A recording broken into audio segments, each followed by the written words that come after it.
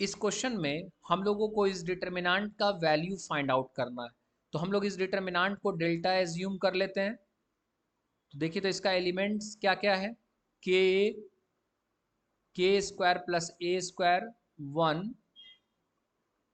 के बी के square plus B square 1, के सी के स्क्वायर प्लस सी स्क्वायर 1। ये ना है, ये डिटर्मिनेंट दिया हुआ है। अब यहाँ पर इस डिटर्मिनेंट का कॉलम 2 देखिए, कॉलम 2 का सारा एलिमेंट्स दो टर्म्स के सम के फॉर्म में लिखा हुआ है। देखिए, कॉलम 2 का पहला एलिमेंट देखिए, ये भी दो टर्म्स के सम के फॉर्म में लिखा हुआ है कि नहीं। पहला टर्म है के स्क्वायर, दूसरा टर्म है ए स्क्वायर। कॉलम 2 का दूसरा एलिमेंट देखिए, ये भी दो टर्म्स के सम के फॉर्म में लिखा हुआ है। पहला टर्म है के स्क्वायर, दूसरा टर्म है बी स्क्वायर। कॉलम 2 का तीसरा एलिमेंट देखिए, ये भी दो टर्म्स के सम के फॉर्म में लिखा हुआ है। पहला टर्म है के स्क्वायर, दूसरा टर्म है सी स्क्वायर। कहने का मतलब है कि इस डिटर्मिनेंट में कॉलम 2 का सारा एलिमेंट्स दो टर्म्स के सम के फॉर्म में लिखा हुआ है। तो एक प्रॉपर्टी हम लोग जानते हैं कि अगर कभी भी किसी डिटर्मिनेंट का कोई एक कॉलम या कोई एक रो का सारा एलिमेंट्स अगर दो टर्म्स के सम के फॉर्म में लिखा रहेगा, तो उस डिटर्मिनेंट को हम लोग दो डिटर्मिनेंट के सम के फॉर्म में लिख सकते हैं। तो चूंकि ये वाला डिटर्मिनेंट का कॉलम 2 का सारा एलिमेंट्स दो टर्म्स के सम के फॉर्म में लिखा हुआ है, इसीलिए इस डिटर्मिनेंट को हम दो डिटर्मिनेंट के सम के फॉर्म में लिख सकते हैं। कैसे, देखिए यहां पर इस डिटर्मिनेंट को हम लोग लिख सकते हैं first determinant plus second determinant. मतलब ये वाला डिटर्मिनेंट का जो वैल्यू आएगा, ये बराबर होगा ये वाला डिटर्मिनेंट का वैल्यू प्लस ये वाला डिटर्मिनेंट का वैल्यू। ये प्रॉपर्टी कहता है, ठीक है ना। अब यहां पर देखिए, चूंकि कॉलम 2 का सारा एलिमेंट्स दो टर्म्स के सम के फॉर्म में लिखा हुआ है, तो हम फर्स्ट डिटर्मिनेंट का कॉलम 2, सेकंड डिटर्मिनेंट का कॉलम 2 पहले लिख लेते हैं। ये सीख लेते हैं कि कॉलम 2 दोनों डिटर्मिनेंट्स का कैसे लिखा जाएगा।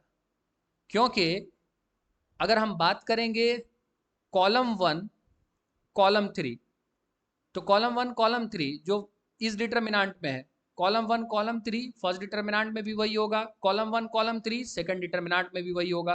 कहने का मतलब ये हुआ कि कॉलम 1 का एलिमेंट्स क्या क्या है, के बी के सी। यहां भी हो जाएगा के बी के सी। कॉलम 3 यहां पर क्या है, 1 1 1, यहां भी हो जाएगा 1 1 1। ठीक है।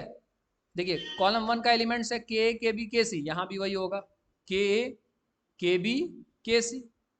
कॉलम 3 का एलिमेंट्स है 1 1 1, तो यहां भी हो गया 1 1 1। ठीक है। कहने का मतलब है कॉलम 1 कॉलम 3 जो यहां पर होगा इस डिटर्मिनेंट में होगा, वही इस डिटर्मिनेंट में भी होगा, वही इस डिटर्मिनेंट में भी होगा। ठीक है। रहा बात कॉलम 2 यहां पर क्या होगा, कॉलम 2 यहां पर क्या होगा, वो देखिए कैसे लिखते हैं हम लोग। यहां पर देखिए, फर्स्ट टर्म्स अगर देखा जाए तो के स्क्वायर है। जैसे यहां पर देखिए, कॉलम 2 का पहला एलिमेंट को देखिएगा तो दो टर्म्स के सम के फॉर्म में लिखा हुआ। पहला टर्म कौन है, के स्क्वायर। यहां पर पहला टर्म कौन है, के स्क्वायर। यहां भी पहला टर्म कौन है, के स्क्वायर। तो इसका मतलब फर्स्ट टर्म्स यही ना हो गया, के स्क्वायर को स्क्वायर। तो इससे हम लोग कॉलम 2 बना लेंगे, के स्क्वायर के स्क्वायर के स्क्वायर। सेकंड टर्म्स देखिए, ए स्क्वायर बी स्क्वायर सी स्क्वायर। तो यहां आ जाएगा ए स्क्वायर बी स्क्वायर सी स्क्वायर। कहने का मतलब पहला डिटर्मिनेंट का कॉलम 2 हम लोग फर्स्ट टर्म से तैयार करेंगे, ठीक है ना। एंड सेकंड डिटर्मिनेंट का कॉलम 2 हम लोग सेकंड टर्म से तैयार करेंगे, ठीक है ना। तो कहने का मतलब है कि हम इस डिटर्मिनेंट को दो डिटर्मिनेंट के सम के फॉर्म में इस तरह से लिख सकते हैं। ये हमने प्रॉपर्टी का इस्तेमाल किया। बात समझ रहा ना। ओके। अब यहां पर देखिए, ये वाला डिटर्मिनेंट का वैल्यू अगर निकाल ले, ये वाला डिटर्मिनेंट का अगर वैल्यू निकाल लें, तो दोनों के वैल्यूज को ऐड करेंगे तो इस डिटर्मिनेंट का वैल्यू निकल जाएगा, है कि नहीं। अब देखिए, तो हम लोग वैल्यू निकालते हैं। फर्स्ट डिटर्मिनेंट को हम लोग डेल्टा 1 मान लेते हैं। लेट डेल्टा वन, ये क्या है, के ए के बी के सी, के के बी के सी, यहाँ है के स्क्वायर के स्क्वायर के स्क्वायर, यहाँ है 1 1 1। ठीक है, इस डिटर्मिनेंट का वैल्यू क्या होगा, तो इस डिटर्मिनेंट का वैल्यू हम लोग डायरेक्टली बता सकते हैं क्या होगा, जीरो। क्यों जीरो होगा, क्योंकि कॉलम 2 एंड कॉलम 3 प्रोपोर्शनल है। देखिए ना, 1 को के से गुना के स्क्वायर से गुना करेंगे तो क्या आएगा, के स्क्वायर। यहाँ भी 1 को के स्क्वायर से गुना करेंगे के स्क्वायर, 1 को के स्क्वायर से गुना करेंगे के स्क्वायर। इसका मतलब कॉलम 2 एंड कॉलम 3 क्या है, प्रोपोर्शनल है। ऐसे भी सोचिए ना आप, के स्क्वायर अगर कॉमन कर लेते हैं कॉलम 2 से, अगर के स्क्वायर कॉमन कर लेते हैं तो यहाँ पर क्या हो जाए 1 1 1, यहाँ भी 1 1 1, तो दो कॉलम क्या हो गया, दो कॉलम सेम हो गया ना, तो डिटर्मिनेंट का वैल्यू क्या होगा, जीरो। तो के स्क्वायर इंटू जीरो क्या हो जाएगा, जीरो। ऐसे हम लोग डायरेक्टली लिख लेते हैं कि अगर किसी डिटर्मिनेंट का कोई भी दो कॉलम्स या कोई भी दो रोज अगर प्रोपोर्शनल होगा तो उसका वैल्यू क्या होता है, जीरो। तो यहां पर कॉलम 2 एंड कॉलम 3 क्या है, प्रोपोर्शनल है, तो इस डिटर्मिनेंट का वैल्यू क्या होगा, जीरो। ठीक है, इसको हम लोग डेल्टा वन कंसिडर कर रहे थे। डेल्टा टू हम लोग कंसिडर कर रहे हैं, इसको देखिए तो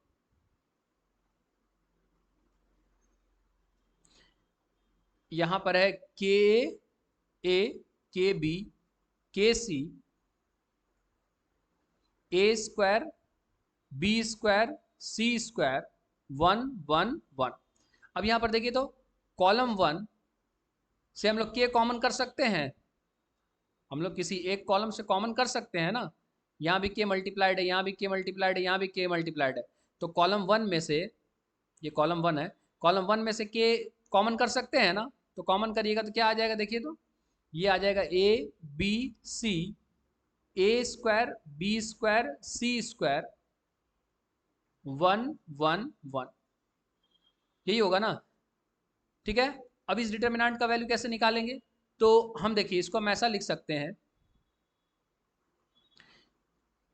ये है कॉलम 1, ये है कॉलम 3, कॉलम 1 एंड कॉलम 3 को अगर इंटरचेंज कर लेते हैं तो डिटर्मिनेंट का वैल्यू क्या होता है, -1 से गुना हो जाता है। हम लोग जानते हैं कि कोई भी दो रोज या कोई भी दो कॉलम्स को अगर इंटरचेंज कीजिएगा तो डिटर्मिनेंट का वैल्यू -1 से गुना हो जाएगा। ठीक है, तो कहने का मतलब है कि अगर हम इसको ऐसा लिख लेंगे तो डिटर्मिनेंट का वैल्यू -1 से गुना हो जाएगा, तो ये हो जाएगा माइनस के,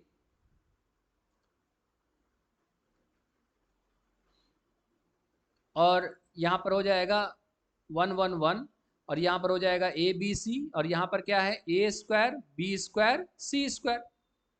ठीक है, अच्छा एक बार और ये वाला प्रॉपर्टी यूज करिए, तो हम क्या करते हैं कॉलम 2 एंड कॉलम 3 को इंटरचेंज कर देते हैं। ठीक है, तो देखिए तो ये है कॉलम 2, ये है कॉलम 3, इंटरचेंज करेंगे तो फिर से डिटर्मिनेंट का वैल्यू क्या हो जाएगा, -1 से मल्टीप्लाई हो जाएगा, तो -1 गुना -1 क्या हो जाएगा, +1 हो जाएगा ना, तो ये हो जाएगा के, और डिटर्मिनेंट क्या आ जाएगा, देखिए तो ये आ जाएगा 1 1 1 A A A sorry A B C A square B square C square आएगा ना। ऐसे भी आप ये चीज समझिए कि कोई भी डिटर्मिनेंट में कोई भी दो रोज या कोई भी दो कॉलम्स को इंटरचेंज करते हैं तो क्या होता है, डिटर्मिनेंट का वैल्यू -1 से मल्टीप्लाई हो जाता है। और इस प्रॉपर्टी को अगर दो बार इस्तेमाल करेंगे यानी इवन नंबर ऑफ टाइम्स अगर इस्तेमाल करेंगे तो डिटर्मिनेंट का वैल्यू पे कोई फर्क पड़ेगा, कोई फर्क नहीं पड़ेगा। तो यहां पर हमने इस प्रॉपर्टी को दो बार इस्तेमाल किया यानी इवन नंबर ऑफ टाइम्स इस्तेमाल कर लिया, इसीलिए डिटर्मिनेंट का वैल्यू पर कोई इफेक्ट नहीं पड़ेगा। मतलब ये वाला डिटर्मिनेंट जो वैल्यू देगा ये वाला भी डिटर्मिनेंट वही सेम वैल्यू देगा। बस समझ रहे ना, ऐसा लिखने के पीछे कारण क्या है, ऐसा लिखने के पीछे कारण ये है कि इस डिटर्मिनेंट का वैल्यू हम लोग डायरेक्टली जानते हैं, नहीं जानते हैं तो याद कर लीजिए। बात समझ आ रहा है ना, याद कर लीजिए, ये वाला determinant 1 1 1 a B C A square B square C square, इस डिटर्मिनेंट का वैल्यू होता है, इसको डायरेक्टली आप याद कर लीजिएगा, ये होता है a minus B B minus C C minus A. ठीक है, एज अ शॉर्टकट इसको याद कर लीजिएगा। ठीक है ना, इसको एज अ शॉर्टकट याद रखिए।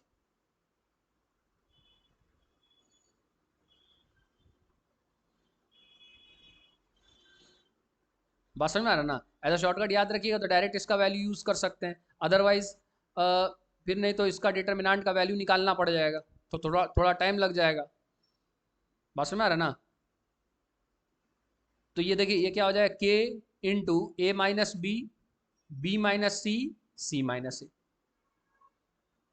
ये आ जाएगा वैल्यू।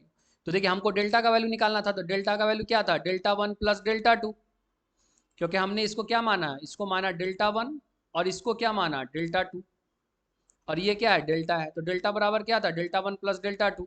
हमको डेल्टा का वैल्यू निकालना है, तो डेल्टा 1 का वैल्यू प्लस डेल्टा 2 का वैल्यू, तो क्या हो जाएगा 0 प्लस के इंटू ए माइनस बी माइनस सी माइनस, यही है ना,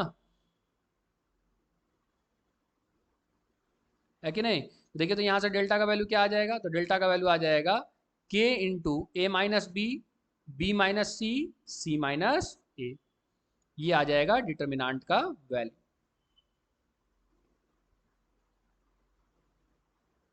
ओके, तो ये क्या हो जाएगा, आंसर हो जाएगा। देखिए कौन सा ऑप्शन है, तो ऑप्शन कौन सा हो जाएगा, option b is the right answer. ठीक है, ओके, थैंक यू।